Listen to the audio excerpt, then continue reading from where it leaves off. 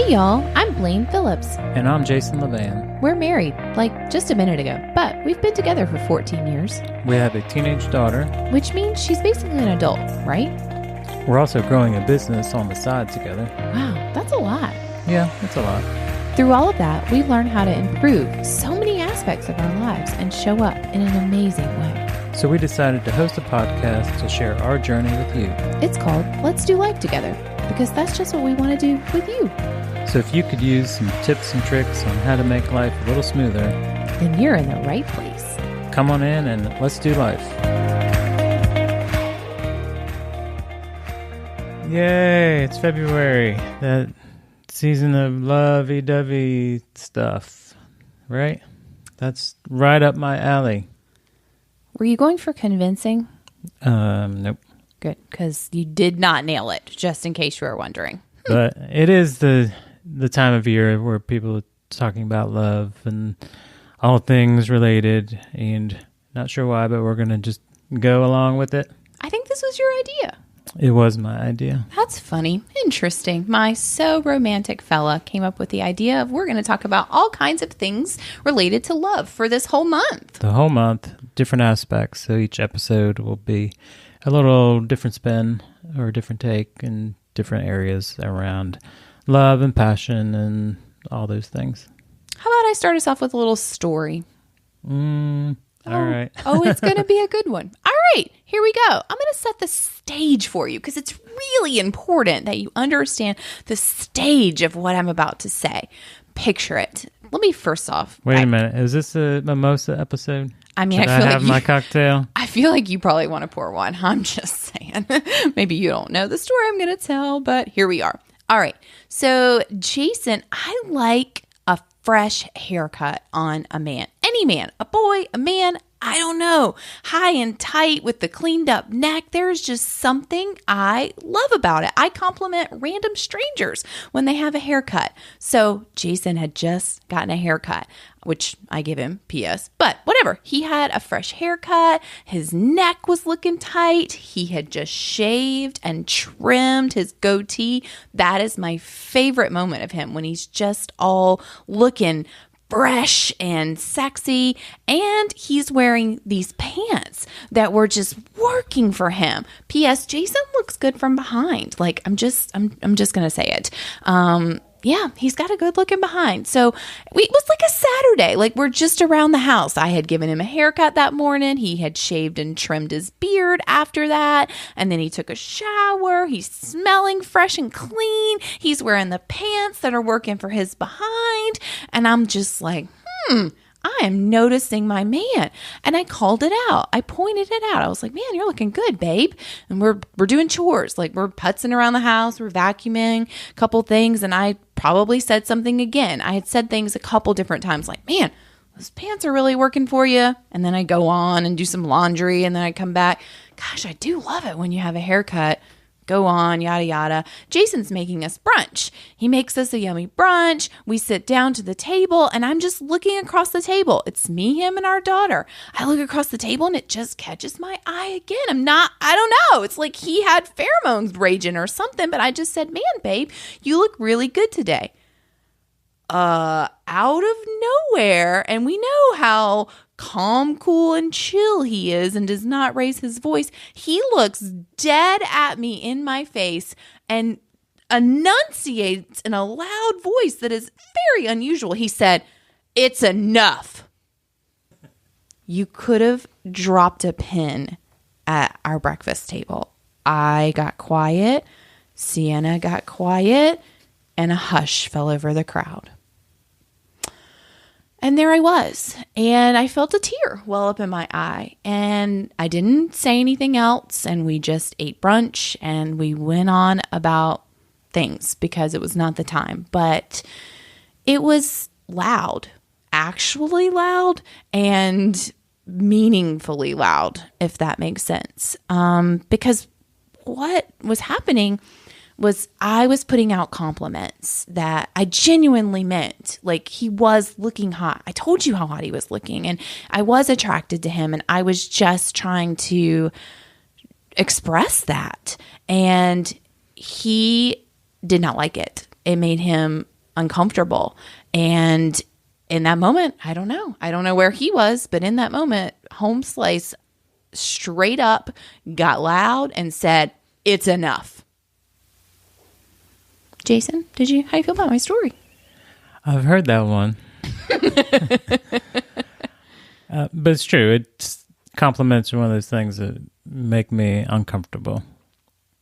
But it sparks a conversation about the different love languages and how people like different things on both sides. Receiving and giving, they have certain ways that they show or receive that love and affection.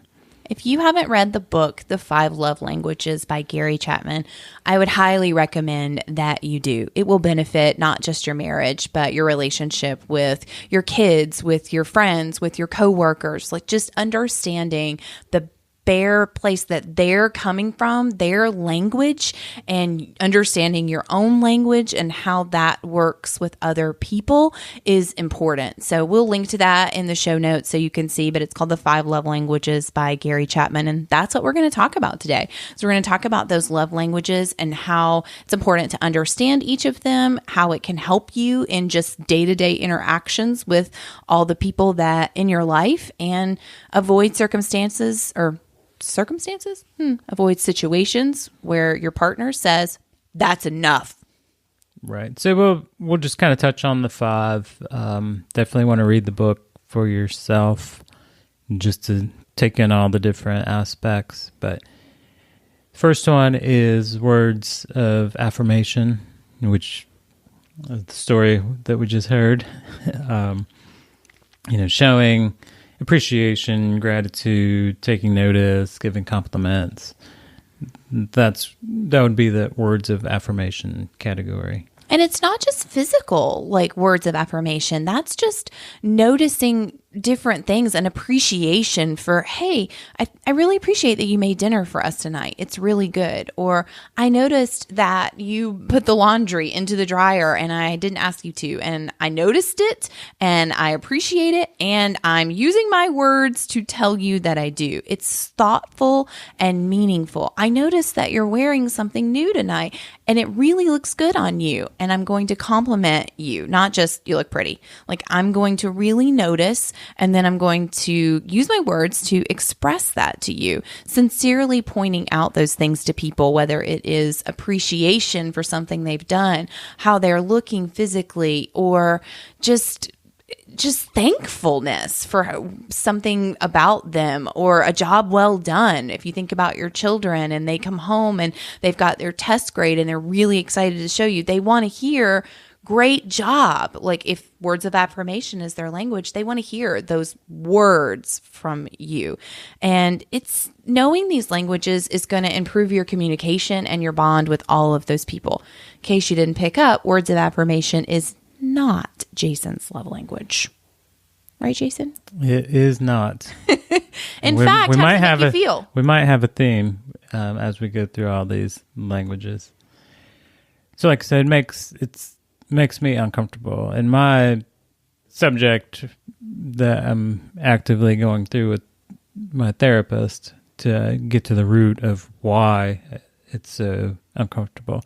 But to me, when I hear compliments or attempt to give at them, they never sound genuine to me.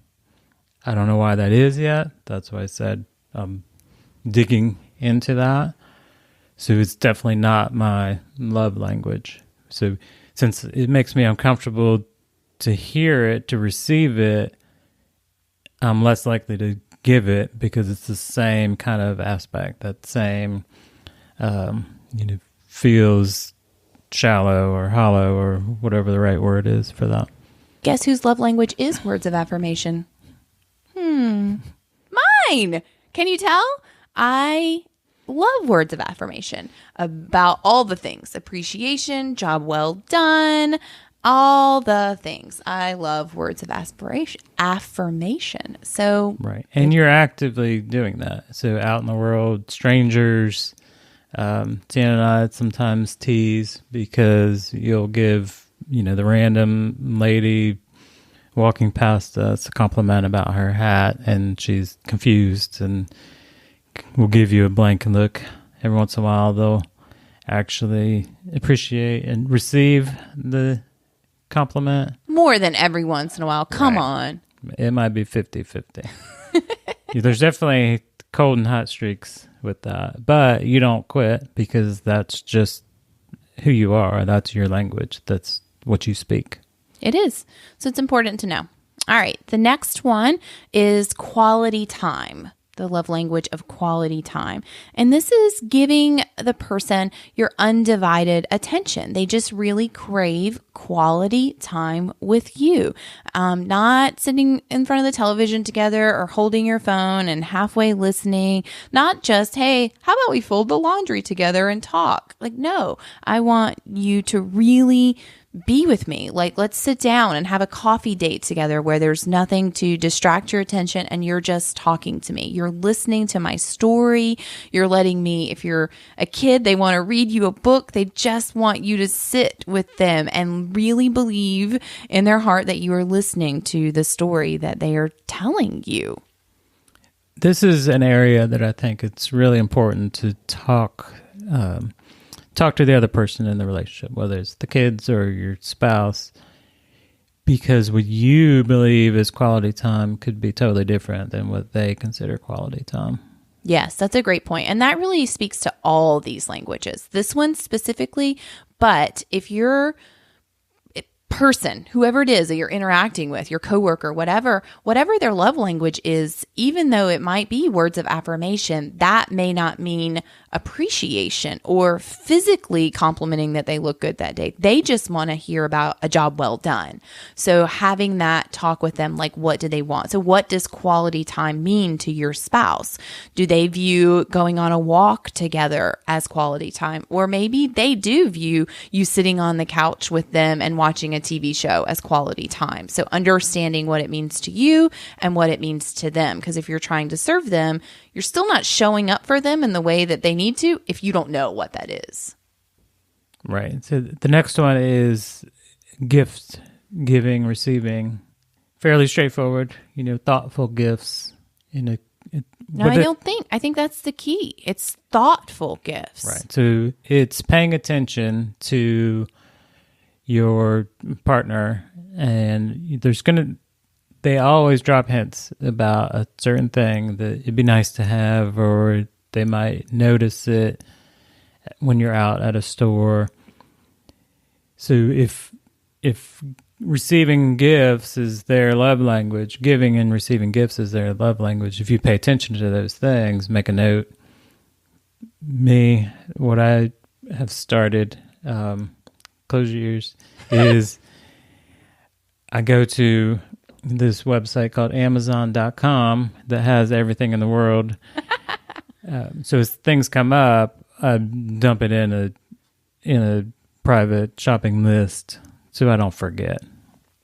Yeah, there's ways to remember, but I think it's thoughtful gifts that mean something to them. Maybe it's something that they've mentioned, or maybe you just notice they do something and something could make that better for them. Like, they might not even know that thing exists. But so here's an example. Our daughter has a pretty small vanity in her bathroom. There's not a lot of counter space and she's a teen now, and she needs a hair dryer and a flat iron and her hairbrush and her contacts and all the things, and there's not a lot of space for that. And I know she's 13, so they don't know a lot, contrary to their belief.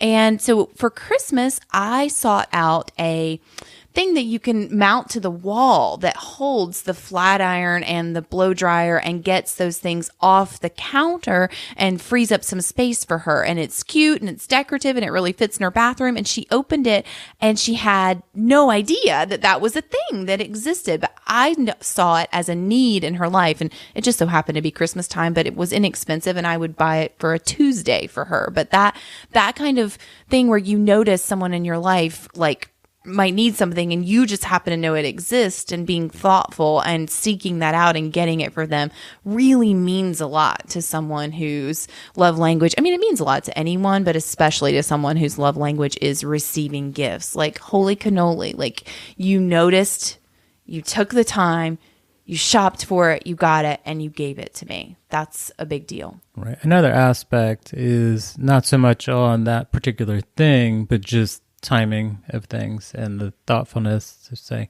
you receive, a Starbucks gift card, but it's just the person sat down, took the time, reached out, they're thoughtful.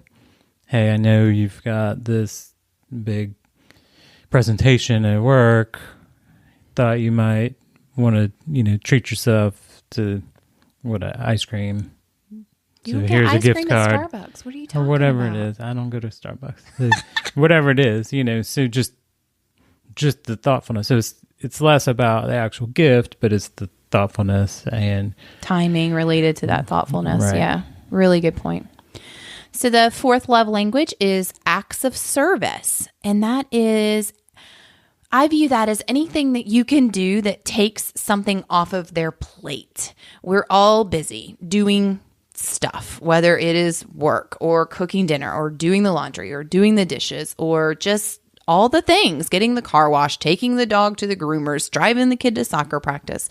An act of service is where you can recognize a need and just serve them in a way that takes something off of their plate. If you always take the trash out, taking the trash out is not an act of service. That's just something that you do and you're typically known for.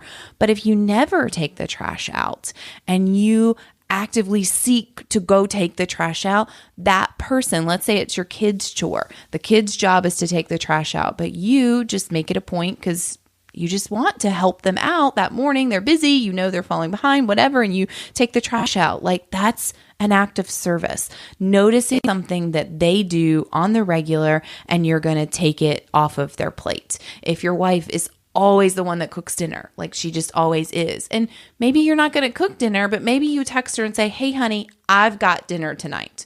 That can mean whatever to you. That can mean that you're picking up takeout, you got a cauliflower pizza from Costco, or you're actually going to make it. But that is an act of service that is like, oh, they took something off of my plate. Thank you. Right. And I think there's two aspects to it. So there's the actually just asking, what can I do for you this week, in general, that will help because you have that awareness. Maybe she's overbooking herself. She's trying to do too many things, or she needs to focus on something else. So having that conversation, because you still want to be helpful, so you don't want to just pick something. That's a good point. We read that in a book. I did a couple years ago, and I implemented that in our lives. I won't say I do it every day, but many, many days I say to Jason before he heads out into the world, how can I help you today? Whatever that means. Right. And then other times it's just being aware and noticing, like you say, all right, just making the decision. Okay, I'm going to cook dinner this week, or I'm going to pick up the kid from school because whatever, you've got something else going on, or you just need to take a break. Yeah, great point.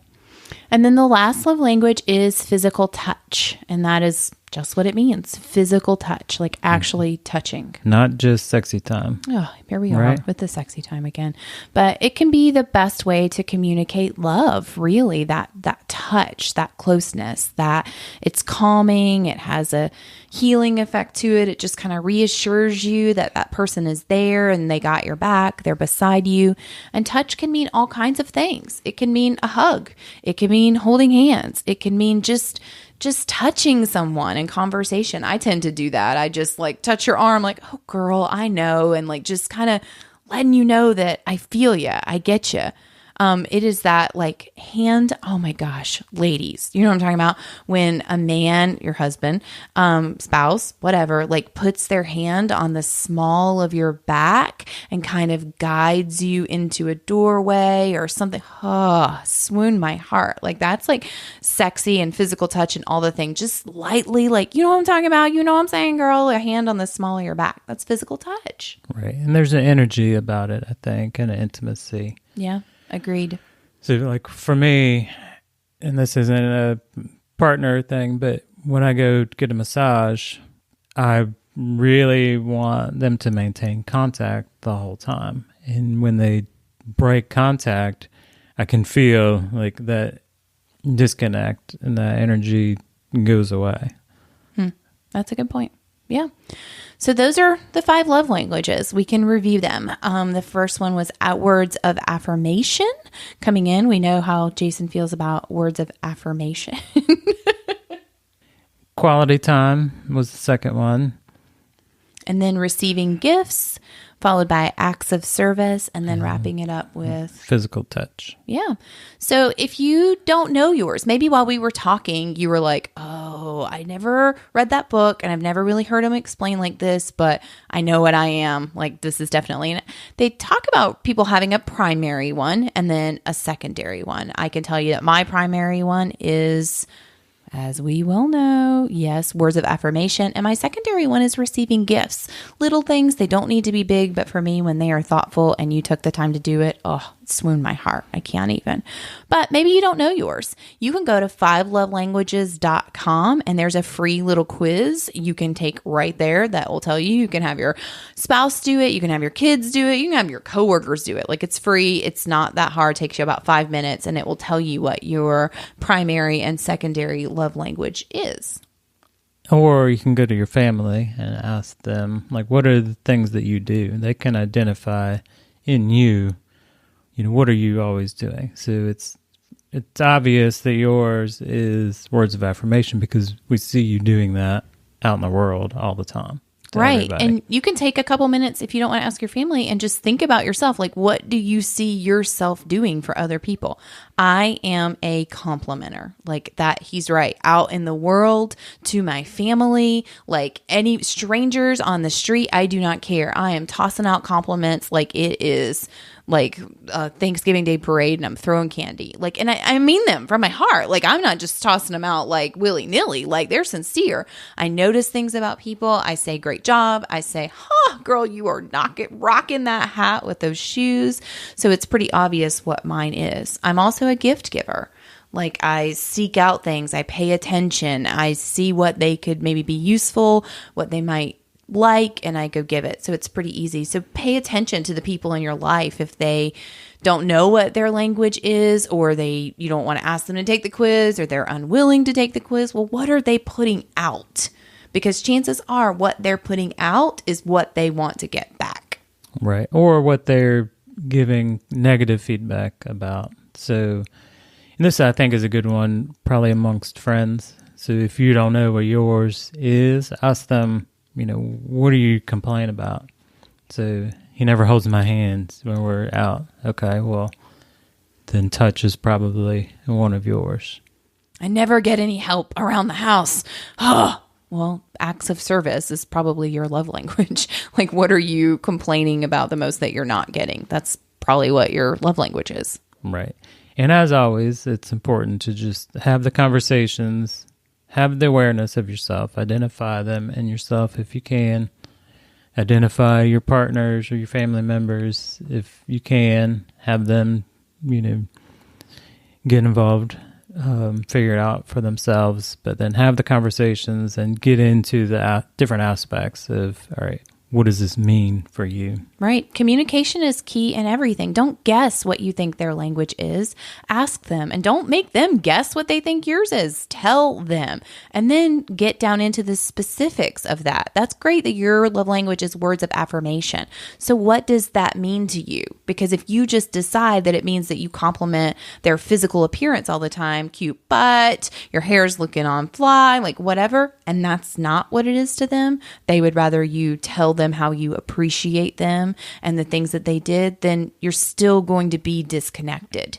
So figure out what their language is, tell them what your language is, and then figure out what that means and how you can be showing up for them. Because the point is, you want to show up for those people in your life in the very best way that you can, and you want them to show up for you. So don't beat around the bush about it. Just come forward and say, this is what I need from you. And I would love to hear what you need from me. There's nothing that gives me greater joy than knowing that I showed up for Jason in a way that he needs me to, because that's what it's about. Right. And we're here to show up for you, the listeners. So give us that feedback. How do you want us to show up? As always, subscribe, rate, review, send us messages. We'll keep reading them here from time to time. I just told you my love language was words of affirmation, and that comes from everybody, you too. So get on there and give me those reviews. Pop into my DMs over on Instagram and tell me what you enjoyed about this episode and what you'd like to hear us talk about in the future and all the things, because words of affirmation are my jam, and so are you. All right, until now, keep loving yourself, and let's get our love on in February.